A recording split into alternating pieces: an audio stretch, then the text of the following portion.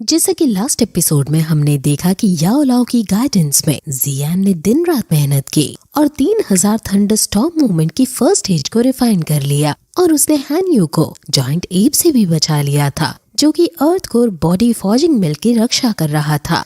जियान heavenly snow daemon monkey की पार के बारे में अच्छे से समझ गया था और वो अब खुद ये चीज लेने के लिए मंकी के पास अकेला आया है और उसको देखकर वो ये समझ गया है कि सुबह की फाइट से ये मंकी थोड़ा कमजोर हो गया है। याओ लाओ जियान से स्काई स्वेलिंग पाइथन को मंकी से लड़वाने को कहता है और खुद उसे वैली के अंदर जाकर earth core body forging milk को ढूंढने को कहता है।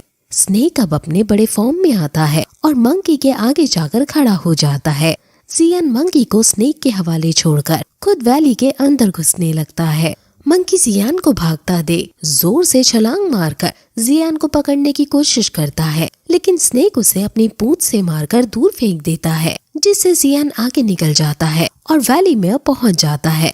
मंकी जियान का पीछा करने लगता है और स्नेक मंकी का। मंकी जियान पर अपने पंजे से वार करता है, लेकिन जियान उसे डॉज करता है और स्नेक आगे से आकर फिर मंकी पर हमला कर देता है और अब मंकी नीचे गिर जाता है और जियान मंकी से काफी दूर निकल जाता है। जियान वैली के अंदर आता है और जियान समझ आता है कि स्नेक मंकी को संभाल लेगा। ये मंकी इतना ताकतवर इसलिए है क्योंकि इसे भी earth core body forging milk की प्रोटेक्शन मिली हुई है और जरूर earth core body forging milk इसका एक नेस्ट है और नेस्ट आसपास ही होगा। वहीं अंदर जियान कई सारे कंकाल देखता है, यानी जियान अकेला नहीं है जो यहाँ तक पहुँच पाया है। जितने भी लोग पहले यहाँ आए वो सब शायद मारे गए। याओ लाओ बताता है कि earth core body forging milk के अंदर मैरो को साफ करना और बोन को स्मूथ करने की पार है और इससे बॉडी ट्रांसफॉर्मेशन पिल बनाई जाती है। जियान समझ आता है कि बहुत पहले पर्पल विंग क्रिस्टल लाइन ने जो माउंटेन पर कहा था कि वो ह्यूमन ट्रांसफॉर्मेशन के फेज में है और उसे बस बॉडी ट्रांसफॉर्मेशन पिल चाहिए, तो वो यूजी को पर्पल घोस्ट क्रिस्टल दे देगा। अब जियान समझ गया है कि आखिर यूजी के सामने उसने ये शर्त क्यों रखी थी। अब उसे यूजी की याद आती है, लेकिन फिर वो अपनी स्पीड बढ़ाकर वैली के काफी अंदर पहुंच जाता है। वो एक केव में है और यहाँ वो चलकर अंदर जाता है। अंदर चलकर भी उसे कई सारे कंकाल दिखते हैं और आगे उसे बंद पड़ा एक कुआं टाइप का कुछ दिखता है और उसके ऊपर उसे बाल नजर आते हैं। वो आसपास देखने लगता है कि आखिर वो चीज कहाँ है कि तभी उसे एक जगह और नीचे पड़े बाल पाते हैं, यानी मंकी इस जगह पर काफी ज्यादा रहते हैं और जियान अपनी पार से उस जगह को साफ कर देता है और वहाँ उसे एक नीचे जाती हुई सुरंग नजर आती है और जियान उसके अंदर नीचे जाने लगता है। वहीं दूसरी तरफ मंकी और स्नेक में काफी फियर्सफुल बैटल हो रही है, जिसमें हमें स्नेक जीतता हुआ दिखाई दे रहा है। मंकी भी अपनी पूरी ताकत से स्नेक को हराने की कोशिश कर रहा है, लेकिन स्नेक उसकी पूरी बॉडी से लिपटकर उसे फेंक फेंक कर मार रहा है। स्नेक उस पर अपना जहर भी फेंकता है और मंकी उसे बचते हुए स्नेक पर हमला करता है, लेकिन स्नेक फिर से बच जाता है।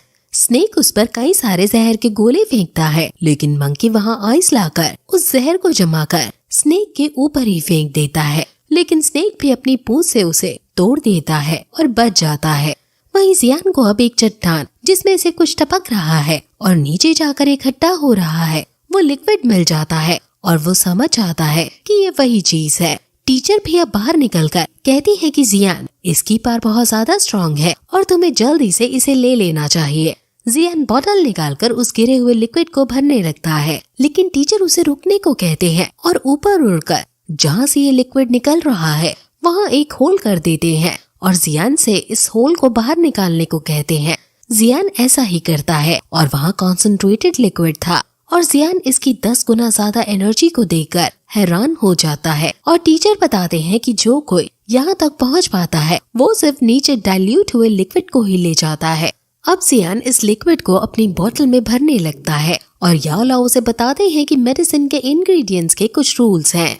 अगर तुम नेचुरल इंग्रेडिएंट्स को नॉर्मली ही फाइंड कर पा रहे हो तो तुम्हें उसके सोर्स को काटना फॉरबिडन है। इसलिए जियान तुरंत जल्दी से लिक्विड भरकर उस कटे हुए रॉक को फिर से वहाँ सेट कर देता है और अब वो दोनों जल्दी से वहाँ से बाहर जाने का डिसाइड करते हैं, क्योंकि उन्हें नहीं पता कि आखिर कैसे वो स्नेक मंकी से लड़ रहा होगा। वहीं उस मंकी को काफी ज्यादा गुस्सा आ रहा है और वो कहता है कि आखिर तुम्हारी हिम्मत कैसे हुई मेरे खजाने को चुराने की। मंकी अब अपनी सारी पावर का यूज करके बहुत सारे आइस क्रिस्टल क्रिएट करके स्नेक के ऊपर छोड़ने लगता है, लेकिन स्नेक उससे डॉज करते हुए उसके शरीर को पूरी तरह से जकड़ लेता है और दूर फेंक देता है। अब मंकी से और नहीं सहा जा रहा, इसलिए वो फाइनली बहुत बड़ी आइस बॉल क्रिएट करके उस पर छोड़ देता है और जियान ये देखकर उसके पास आने लगता है। लेकिन जब वो वहाँ पहुँचता है तो स्नेक ने मंकी को बुरी तरह से हरा दिया होता है। अब जियान स्नेक को चलने को कहता है और मंकी वहीं धरती पीटता रह जाता है। अब जियान स्नेक से खुश होकर उसको काफी सारा खाना देने लगता है और कहता है कि आज तुमने बहुत अच्छा काम किया। लेकिन स्नेक तभी क्वीन मेड्यूसा में ट्रांसफॉर्म हो जाती है और कहता है कि तुम्हें क्या लगता है कि मैं तुम्हारी कोई पालतू हूँ। जियान हड़बड़ाता हुआ क्वीन मेड्यूसा से कहता है कि कितनी अच्छी बात है, हम फिर से मिल गए। जिस पर क्वीन मेड्यूसा भी कहती है कि हाँ बहुत अच्छी बात है, लेकिन मुझे तुम्हें एक थैंक यू भी बोलना है। अगर तुम स्नेक को मंकी से ना लड़वाते और स्नेक की काफी सारी एनर्जी वेस्ट ना करवाते तो स्नेक मुझे सप्रेस करके ही रखता और मैं बाहर नहीं आ पाती। जियान इस बारे में भूल ही गया था और क्वीन मेड्यूसा अब जियान से पूछती है कि क्या स्पिरिट मेल्टिंग पिल बनाने के लिए सभी इंग्रेडिएंट्स तुमने रेडी कर लिए हैं।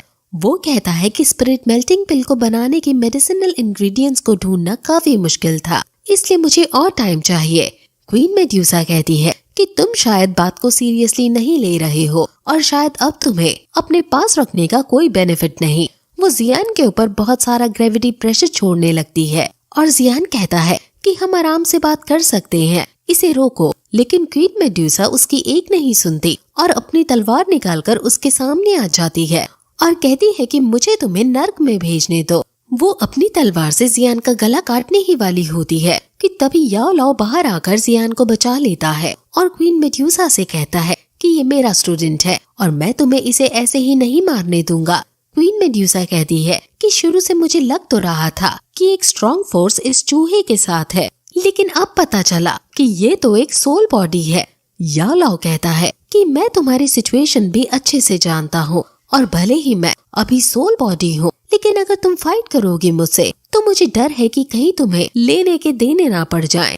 अब ये सुनकर क्वीन मेड्यूसा को गुस्सा आ जाता है और ये एपिसोड यहीं खत्म हो जाता है।